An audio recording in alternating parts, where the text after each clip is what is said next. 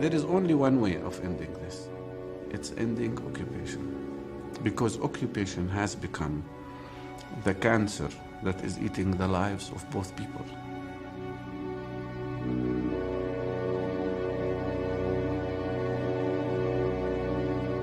What the occupation did for us, it reduced us into animals in a way that sometimes I'm ashamed to say that I'm in Israel. This is, you know, a huge bluff of the Israeli establishment, that every, you know, criticism of its policy is anti-Semitism.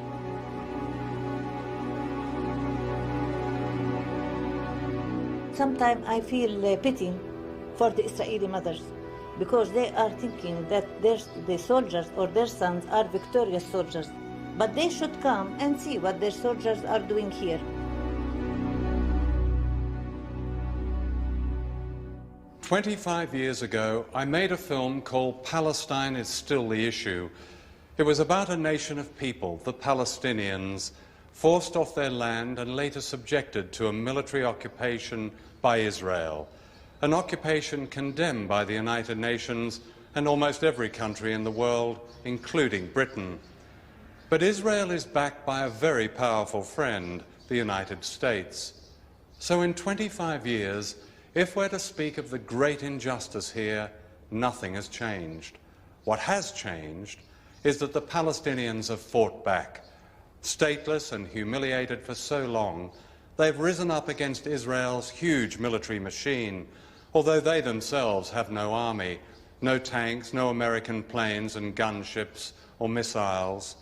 Some have committed desperate acts of terror, like suicide bombing. But for Palestinians, the overriding routine terror, day after day, has been the ruthless control of almost every aspect of their lives, as if they live in an open prison. This film is about the Palestinians and a group of courageous Israelis united in the oldest human struggle to be free.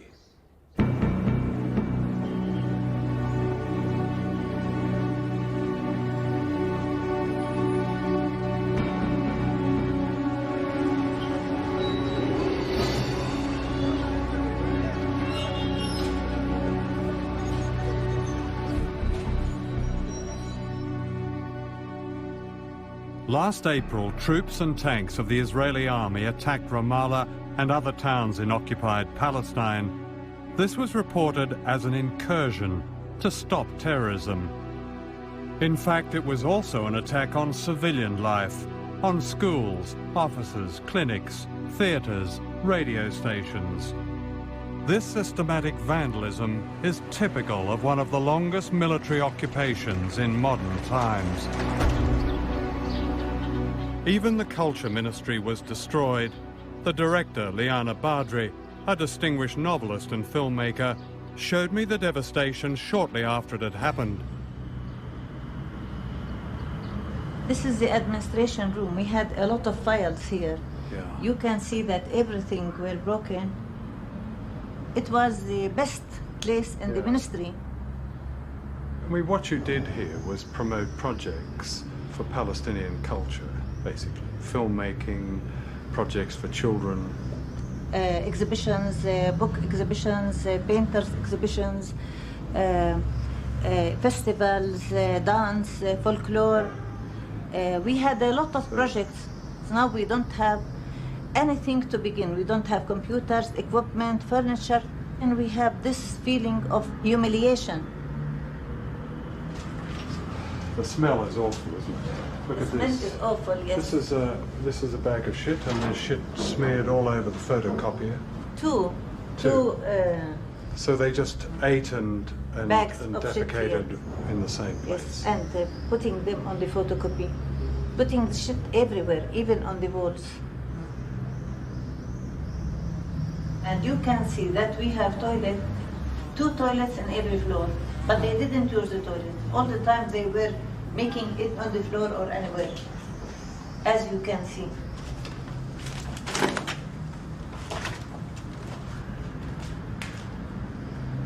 Can we have a look in this room in here? Good grief. Look at this. These are children's drawings, aren't they? Yes. This is a room specialized for children's work, children's paintings and children's culture, and to encourage them to paint, to let them express themselves, to make competition, writing competitions. But you can see how they destroyed everything. They don't respect anything. They just want to come and destroy, and this is the systematic terrorism of the Israeli state. For the Palestinians, this cultural vandalism means a deliberate intention to destroy them as a nation. The heart of the conflict here is a struggle for land, for the hills and valleys of Palestine, for precious water and fertile soil. During the early 20th century, the great majority of the population of Palestine were Palestinian Arabs. In 1948, Israel was founded in the shadow of the Holocaust. For the Palestinians, this meant the loss of 78% of their country. Today, they are seeking only the remaining 22% of their homeland. For 35 years, that homeland has been dominated by Israel. In 1987, the Palestinians rose up in what they call Intifada. History will surely call it a war of national liberation. They fought mainly with slingshots against tanks and planes, and they were put down with this kind of brutality. Israeli soldiers deliberately breaking the bones of prisoners. Some of the soldiers later insisted they were carrying out official Israeli policy.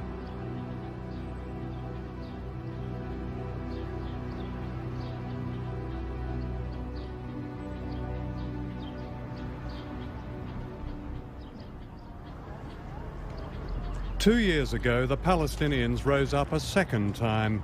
This was hardly surprising. During curfews, people live under a form of house arrest. Without notice, they can be locked inside their homes. Their ordinary lives are a maze of controls, roadblocks, checkpoints. This is how I remembered apartheid South Africa. The hidden effect is the same: humiliation and anger and death.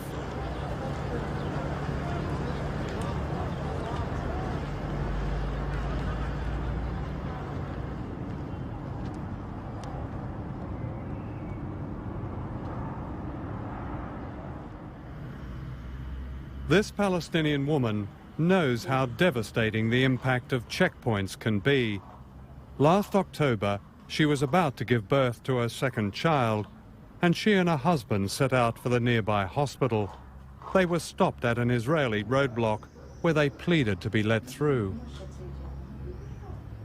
ما بقوا 6 7 يعني منهم كلمة ولا كلمة دفشوا مين؟ دفش جوزي فهذاك ضربه في البرودة الثاني ورمى عليه الهوية فعودنا رجعنا على سبيل إنه يعني مزاجهم يمكن رايق فما رضوش بدنا ننزلها مشي ما رضوش ساعتها خلفت كانت حماتي معاي فهي قطعت حبل السرة في شفرة ويوعي الولد يعني ضل يوعي الولد فعاود لفه بجاكيته ولفينا عن طريق كرمزان اتصل في سيارة من كرايبة شوفير عودنا طلعنا لما وصلنا المستشفى الفرنساوي اللي هو الولد متوفي.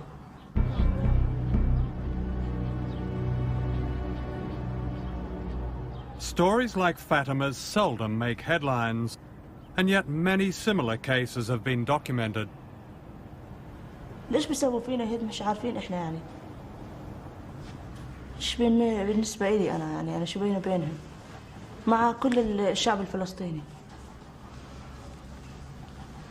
عندهم يعني تأخذينش الكلمة، كان بيحووا ولا يحووا عربي.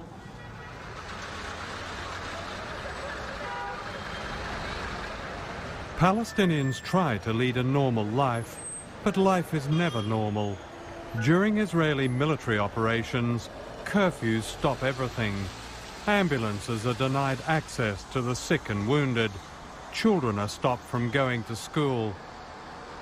The Israelis claim this is necessary for their security. If that's true, it's clearly not working. And the security of Palestinians is almost never mentioned. You feel all your life that you are humiliated. You don't control yourself. You don't control the air you are breathing. You don't. I don't want to talk about planning for anything. This is something we don't even dream about. Plan to next hour or next day what we will do. This is something we don't even dream about because our destiny is not in our hands. It's in the hands of the others who decide how we will live. How we will get married. To get married, to come and live with my husband in this country, I had to take the permission of the Israelis. It's not enough that they took our land, and they are not allowing us to have our own state, but also they are controlling every detail in our life. Some Israelis have spoken out. More than 500 soldiers have refused to serve in the occupied territories. We are, they've said, like the Chinese student who stood in front of the tank in Tiananmen Square. We are the conscience of our country. Ishai Rosensvee is one of them. I really think the real story of the occupation is there in the checkpoints. I cannot forget this kind of picture, 5 in the morning, 4:45 in the morning, a line of hundreds of people waiting, to pass in the checkpoint, and you're standing there, and you see their eyes, the humiliation, the frustration, the hatred. Then you are the occupation. You have all the power. They have no power. You can at every second take their ID, and then they are, they have nothing, because without identification, you can, every soldier can arrest them. You are the man that stand there, keep them without rights, without freedom.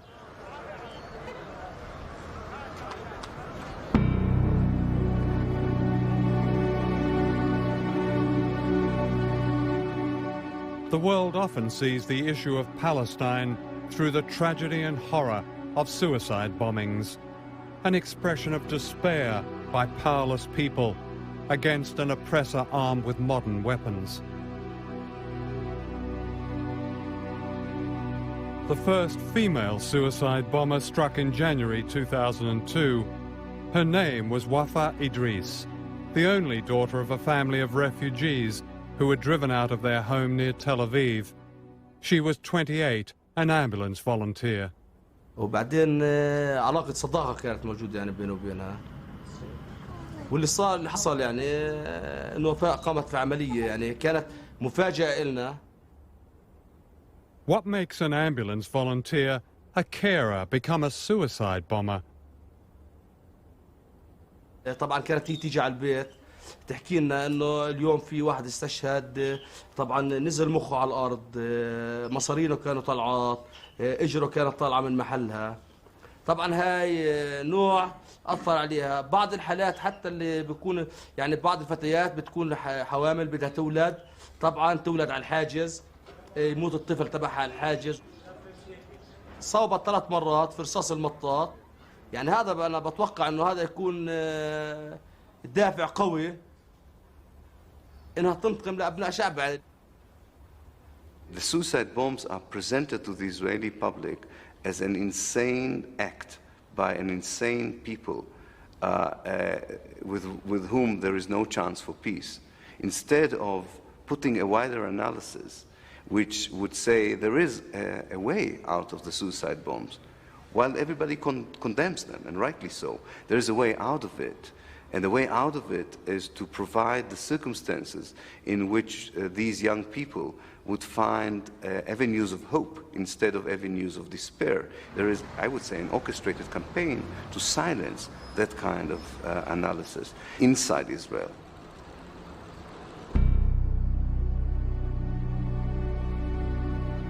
Suicide attacks against civilians are clearly crimes, and they are used by extremists.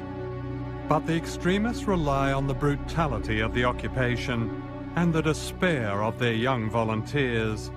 Some extraordinary Israelis are brave enough to recognize this. Rami El-Hanan is one Israeli father who knows about suicide bombing. On September the 4th, 1997, his daughter Shmada was killed by one. She was 14 years old.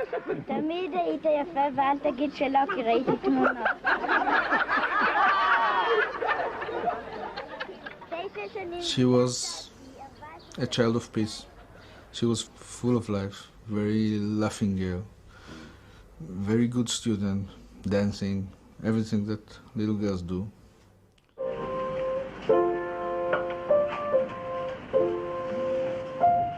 It was the first day of school and she was going down the Ben Yehuda Street, which is some kind of a mall, to buy some books for the new year with two girlfriends of hers.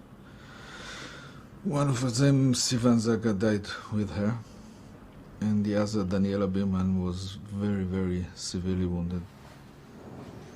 Rami is a graphic designer and a former soldier. His father survived Auschwitz. His grandparents, 6 aunts and uncles perished in the Holocaust. How do you distinguish the feelings of anger that any father would have felt at losing your daughter in such circumstances? I'm not crazy. I don't forget. I don't forgive. Someone who murders little girls, anyone who murders little girls, is a criminal and should be punished.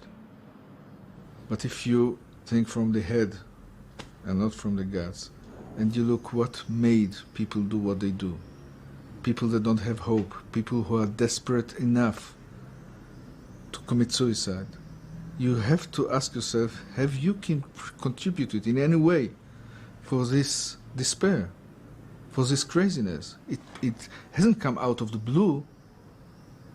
The boy that his mother was humiliated in the morning at the checkpoint will commit suicide in the evening.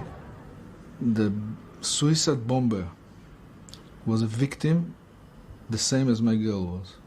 Of that I'm sure. You have to understand where these suicide bombers come from.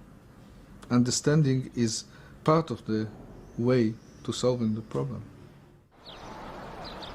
Few people have been betrayed so often as the Palestinians. Before the Second World War, the British ran Palestine as a mandate. They had promised the Palestinians an independent state, but they also promised Palestine to the Jewish movement known as Zionism. In 1948, when the State of Israel was founded, the Arab world revolted as Palestinians were expelled from their homes or forced to flee in a blitz of fear and terror. 750,000 people became refugees. Israel's military hero, General Moshe Dayan, later admitted, Jewish places were built in the place of Arab villages. There is not one single place in the country that did not have a former Arab population. While Palestinians were denied the right to return to their homes, anybody who could prove they were Jewish had the right to settle in Israel. In 1967, Palestinians once again fled their homes during the Six-Day War when Israel occupied the remaining 22% of Palestine, describing this as an act of self-defense.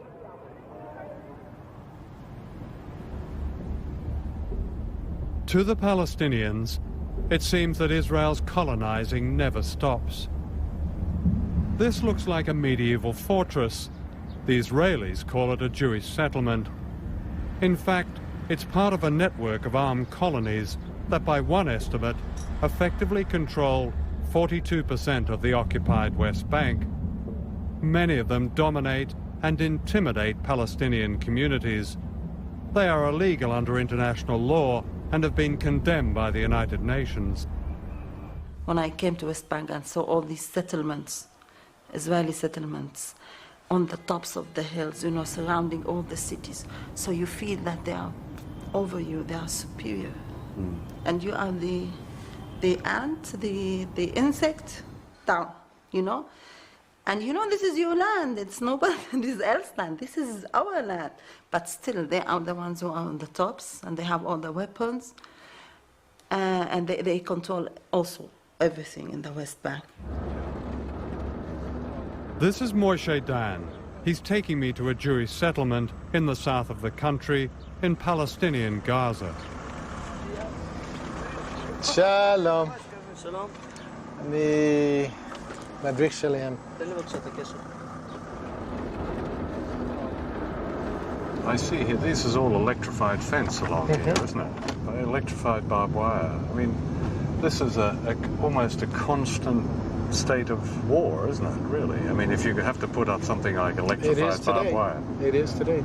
The barbed wire is new because of the situation where Jews are driving home on the road and some guy who is supposed to be a Palestinian policeman shoots the car up.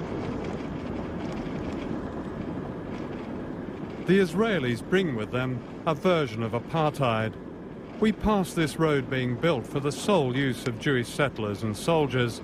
Until it's opened, these Palestinians must wait hours for the few settlers to drive by. Isn't that strike you as remarkable that there is a road for only one ethnic group of people, a Jews-only road? It wasn't always like that. But it Jews, is now. It is now. The reason because many,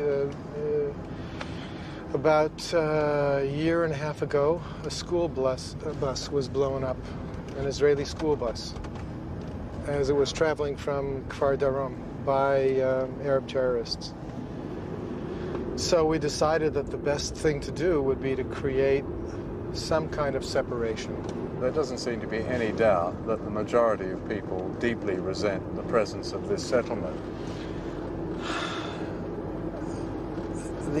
Look, I don't know what the actual people, Arabs who live here, feel and think.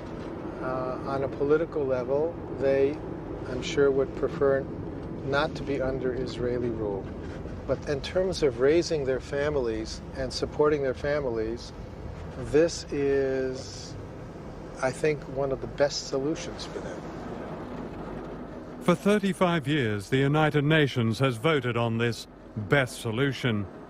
Almost unanimously, it has called on Israel to respect international law and get out of occupied Palestine.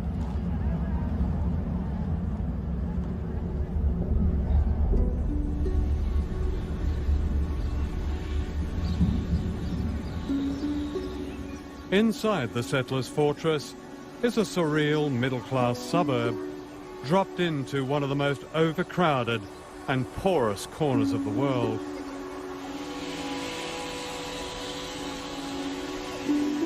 One of the strategic aims here is the control of water, which is precious in the Middle East. While Palestinians often don't have enough running water, sometimes none at all in the heat of summer, the settlers seldom run out.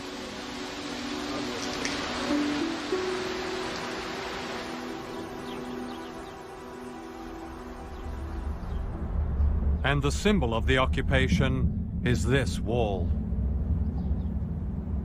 The thing that is striking about this settlement is that it's like a fortress. I mean, this is like a Berlin Wall. Like the Berlin Wall, very bad. We don't feel comfortable. We lived here I'm here for 15 years without these walls, fences and everything. We lived very normal. This last year changed all the rules in the area. Yeah. Everything was changed. The justification for taking somebody else's land is biblical. That God gave them Palestine, and God, not the history of others, is their witness. I'm here because it's obvious that's my place. It's not something it's in my hands that we can, we can give it back. Not me, not any politician or anybody or parliament or whatever, because it's a movement. It's something comes 3,000 years ago when Moses brought us here, and we have in our mind, we have the dream of building a temple in Jerusalem. It's something a lot bigger than religion. Where will it end, though? If there's no compromise, doesn't that mean conflict? Where? Life is full with conflicts. I don't know what to say. I know maybe I'm saying something too strong. It's 1-0 game. We will fight. The conflict is here. We will fight. It's 1-0 game. Not to kill each other, but it's us or them.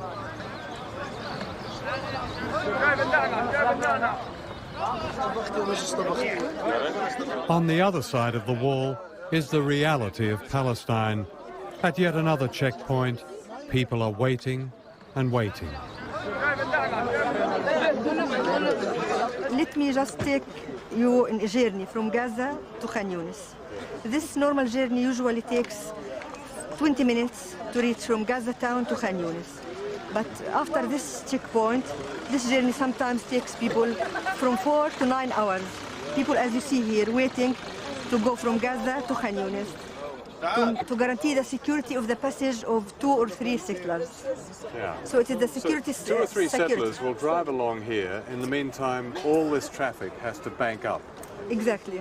How long will these people be here, do you think? Just at a guess. These people, they will stay till tomorrow morning because the road is closed now. It will not be reopened until tomorrow morning, 7 o'clock in the morning. Dr. El Farah's family used to own land near this crossing. The Israelis confiscated it and demolished her home. And this is typical of what happens almost every day in occupied Palestine.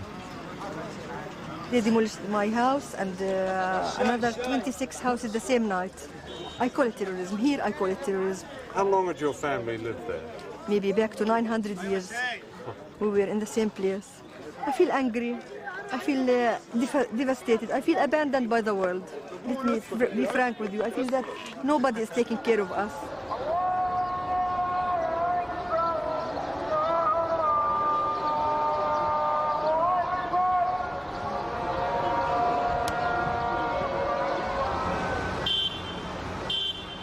This is Gaza, just a few miles down the road from the affluence of the Israeli settlement. The contrast is extraordinary. Almost 1 million Palestinians are trapped behind electrified barbed wire and roadblocks. Always waiting for invasion, their defences are pathetic mounds of sand.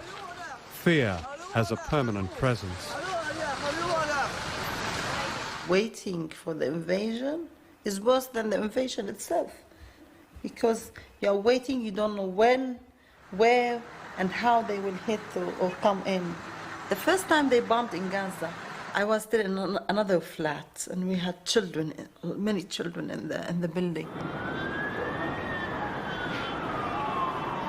And I heard all the children and their mothers screaming and crying.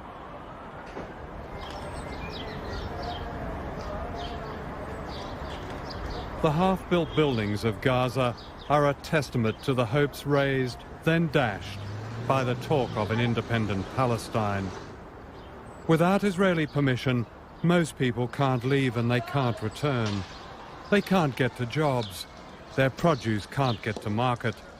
Most struggle to live on about £1 a day, a poverty compounded by an Israeli policy called closure. You see, for Israel to sustain this unsustainable occupation, it is transforming every city and every Palestinian town and village into a prison, basically, surrounded by tanks, surrounded by walls, surrounded by fences. And it's not like they're building a border between us and Israel. It's building borders inside West Bank and Gaza, between our cities and towns for the sake of their settlements. They are obliging us to be occupied people and not citizens. The United States, Mr. Prime Minister, has been proud of its association with the State of Israel. Rest assured that the security of Israel is a principal objective of this administration. I want everybody to know, should I be the president, Israel's going to be our friend. I'm going to stand by Israel.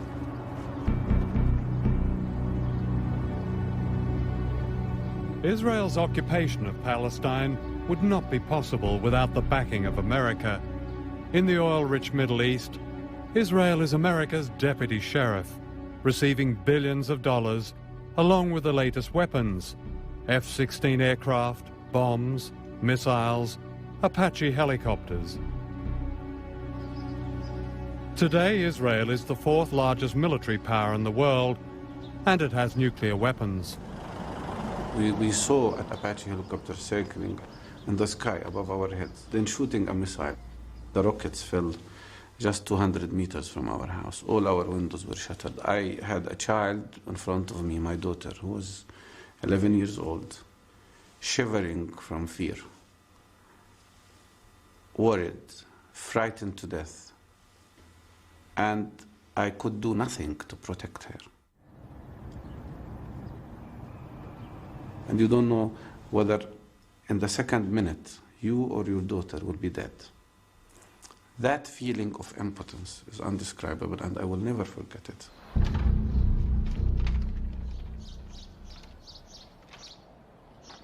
This is bomb damage in Gaza. Although America is Israel's main arms supplier, it's not widely recognized that Britain also fuels the conflict here, even though it condemns Israel for its illegal occupation. During the first 14 months of the Palestinian uprising, the Blair government approved 230 export licenses for weapons and military equipment to Israel. The categories these covered included large-caliber weapons, ammunition, bombs, and vital parts for military aircraft that almost certainly included American-supplied combat helicopters. You may have seen these Apache gunships on the news, firing missiles at densely populated areas. Tony Blair has said, and I quote him, "We are doing everything we can to bring peace and stability to the Middle East."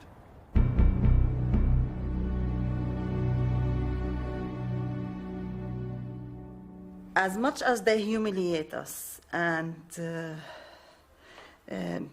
kill us and destroy our land, destroy everything we do, our schools, our organizations, infrastructure, everything they like to destroy. But this gives us more power to continue and resist. In the news we get, only the Palestinians are described as terrorists. And yet the Israelis have a long history of terrorism, both before and since the founding of the Jewish state. At least 3 Israeli prime ministers have been involved in campaigns of terror. The tragic scene is like a serious incident during the Blitz. The hotel housed the British Army headquarters and the Palestine government offices, and casualties were very heavy. The commander of the terrorist group that blew up the King David Hotel in Jerusalem in 1946 was Menachem Begin. 91 people were killed. Menachem Begin was Israeli prime minister in the 70s and 80s. He once described a massacre as a splendid act of conquest. Yitzhak Shamir was prime minister until 1992. He had been a leader of a Jewish group called the Stern Gang, which carried out a string of assassinations.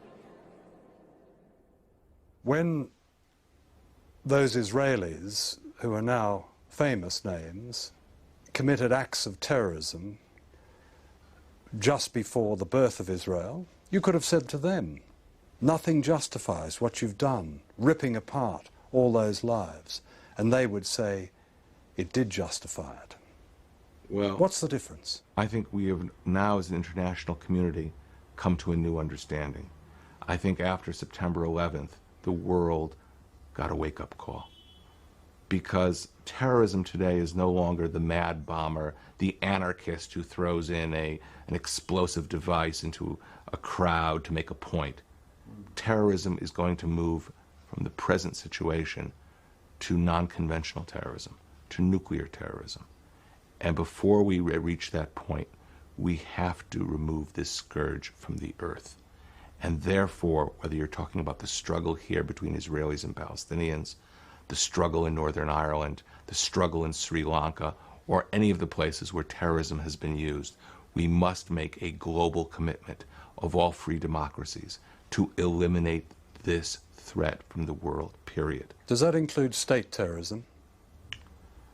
No country has the right to deliberately target civilians, as no organization has a right to deliberately target civilians. That's what Israelis have been doing for years. The present Israeli Prime Minister, Ariel Sharon, has long been involved in terror. In 1983, he was found indirectly but personally responsible for a civilian massacre by Lebanese militia in 2 Palestinian refugee camps. At least 800 innocent people were murdered in cold blood, most of them Palestinians. What about Israeli terrorism now? The language of terrorism you have to be very careful with. Terrorism means deliberately targeting civilians in a kind of warfare. That's what the terrorism against Israeli schools, coffee shops, malls has been all about. Israel specifically targets, to the best of its ability, Palestinian terrorist organizations. All right. When an Israeli sniper shoots an old lady with a cane trying to get into a hospital for her chemotherapy treatment in front of a lot of the world's press, for one, and frankly we'd be here all day with other examples, isn't that terrorism? I don't know the case you're speaking about, but I can be convinced of one thing. An Israeli who takes aim, even an Israeli sniper, is taking aim at those engaged in terrorism. Unfortunately, in every kind of warfare, there are cases of civilians who are accidentally killed. Terrorism means putting the crosshairs of the sniper's rifle on a civilian deliberately. Well, that's what I just described. No, I can tell you that did not happen. It did happen, and I think that's where some people have problem with the argument that terrorism exists on one side. Your definition is absolutely correct about civilians, and those suicide bombers are terrorists. If you mix terrorism and counterterrorism, if you create some kind of moral obfuscation, you will bring about not just a problem for Israel, but you will bring about a problem for the entire Western alliance, because we are all facing this threat. It's hard to see the difference between what the Israelis call counter-terrorism and terrorism. Whatever the target, both involve the killing of innocent people. This is what happened when Prime Minister Sharon sent tanks into Bethlehem earlier this year. We had a day before a private hospital director who was going from the hospital in Al-Khadr to Bethlehem to get supplies for his hospital. His plate number was known to the soldier, his name was known to the soldier, and they knew that he is the director of a hospital, but he was shot by a high-velocity bullet.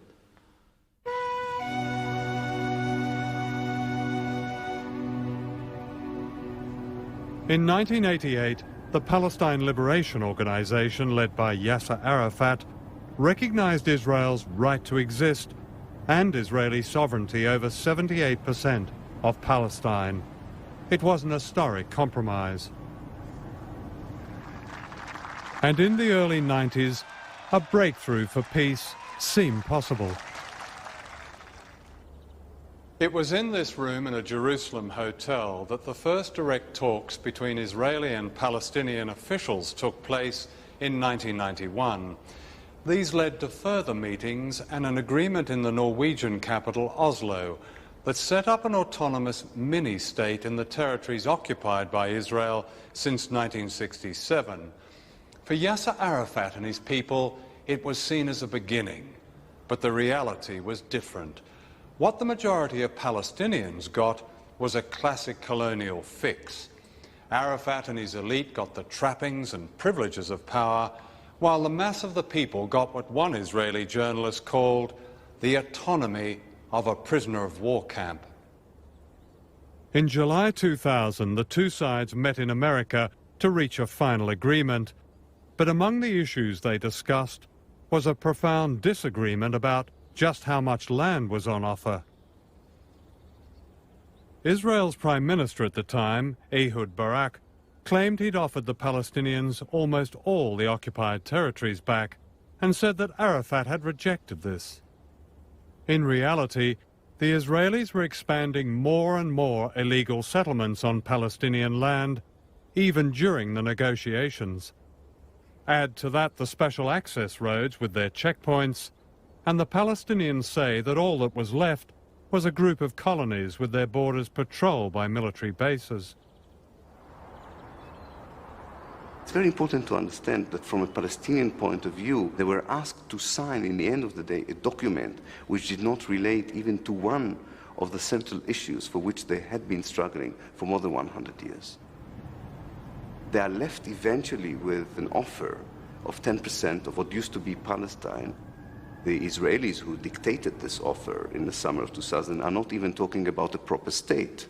We're talking in that area of a stateless state, I would call it, a Bantustan, with no genuine sovereignty, with no independent foreign economic or political policies, with no proper capital, and at the mercy of the Israeli security services and the Israeli policy.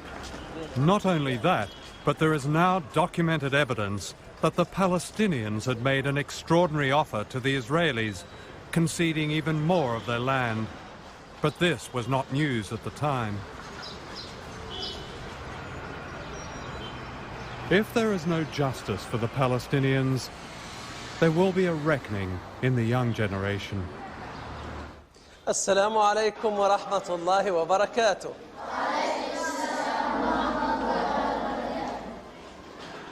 أنا اسمي خالد دحلان. اليوم راح نلتقي مع بعض أنا وياكم علشان نعمل اللي هو اللقاء حول الرسم الحر. Dr. Dahlan runs a project for children in Gaza. He asked these boys to draw anything that was on their minds. Most of these children are traumatized by the fear and violence of the occupation. The majority of our children exposed directly to the attack or to the bombardment by the Israeli army is traumatized. There is many symptoms. Children became anxious and depressed and make, for example, sleep disorder as nightmares or sleepwalking or something like that. Many children, they cannot concentrate well to study. Nearly every drawing is of violence. Nearly every family in Gaza has lost someone, either to an Israeli jail or to violence. Dr. Dahlan's goal is to help the children keep the last thing that belongs to them, their sanity and their life. There is a conflict between the Israeli soldiers with the tanks and the Palestinian kids who threw stones. And they cry, La ilaha illallah, there is no God except Allah. What children in other parts of the world would draw as fantasy, they draw here as real life. Yes, war and violence. This is a good thing to protect the children from the mental disease. I don't want my child that I've been working on having for 15 years to come, and when he's 10 years old, he goes to a settlement and he wants to kill Israelis. And the only way to stop all this suffering, now I will say it on both sides too, is to have a Palestinian state according to UN resolutions. When will Israel agree to negotiate with the Palestinians, not for what they call a few Bantustans on the West Bank, but for a state that is as peaceful, as secure, above all, as independent as Israel itself? Do you want Israel to concede the terms of that negotiation up front on television? Or is it better to agree to the general principle and then sit with the Palestinians in a face-to-face negotiation once they stop violence against us? What about this, the general principle then of a state as independent as Israel? We do not need a string of adjectives to agree to. You agree to the principle. Well, that's a fair principle, isn't it? What's a state worth if it isn't independent? What we're speaking about is our willingness to negotiate with the Palestinians their self-government, and we are willing to create a Palestinian self-governing entity, some call it a Palestinian state, which will address the real needs of the Palestinians. What right have you to create somebody else's homeland? Well, we are being asked to negotiate that. We are willing to be part of that. We're willing to make a contribution to that. We are not going to upfront go into details about its geographic configuration or its powers. That's part of the negotiation.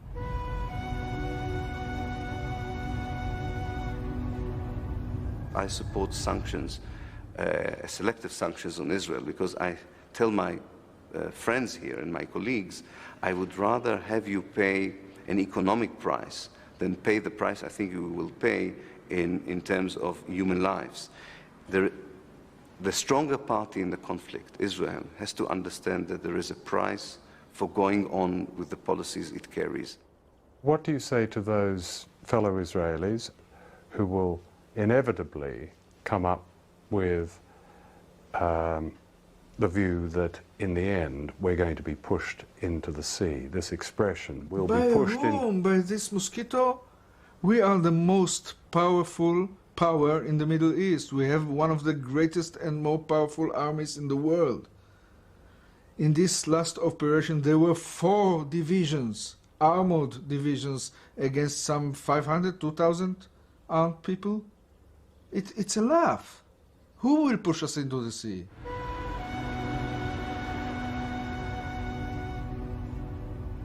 Until recently, Israel has enjoyed almost an immunity from criticism among Western politicians. This has been largely due to a fear of being labelled anti-Semitic, a fear manipulated by the Israeli government and its foreign lobbies. I think the Holocaust memory does not allow any moral criticism of anything that Israel does. Europeans in particular, and the outside world in general, are not allowed to voice criticism on Israel unless, again, what Israel is doing is akin to what the Germans had done to the Jews. And if you do criticize Israel, you are immediately charged with anti-Semitism. This is, you know, a huge bluff of the Israeli establishment, that every, you know, criticism of its policy is anti-Semitism. And criticizing your government, your country's policy is today, I think, the only patriotic thing one can do. The Israeli government denies it, but Palestinians fear that there are plans to take all of Palestine, trapping or expelling them indefinitely. We are not against the Jews. And that's why I have Jewish friends. We are against, politically, the governments of Israel and the army of Israel who denies our rights. And I hope to have peace here with the Israelis, but with dignity. This is very important for us. With dignity, it means with our full rights. The Palestinians will never be destroyed. They will never disappear. We are not the Red Indians. We will not be cancelled from history just like this, no.